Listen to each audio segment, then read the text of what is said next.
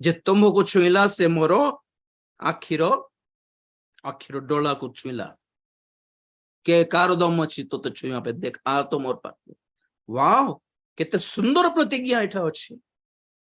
କେବେ ପର୍ଯ୍ୟନ୍ତ ଭ୍ୟାଲିଡ ଏଟା?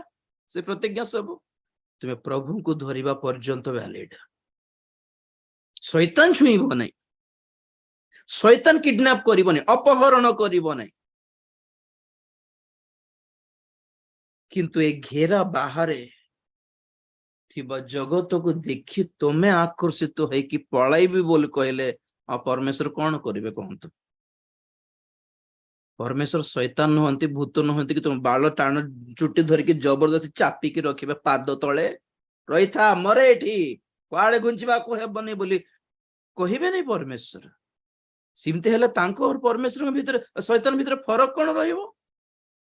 ଶୈତାନ ପାଦ ତଳେ କଚାଡିକି ରଖେ, ପରମେଶ୍ୱର ସେମିତି କରନ୍ତି ନାହିଁ। That's love. ପ୍ରଭୁଙ୍କର ପ୍ରେମ ଫ୍ରିଡମ ଦିଏ, ଫ୍ରିଡମ ଅଫ ଚଏସ।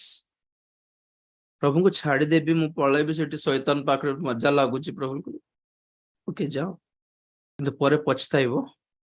ଆଉ ସେ ପଛତାଇଲା ବେଳକୁ ତୁମେ ଏତେ ଦୂରକୁ ପଳେଇଥିବ କି ମୁଁ ବି ଆଉ ଯିବିନି ବୋଧେ।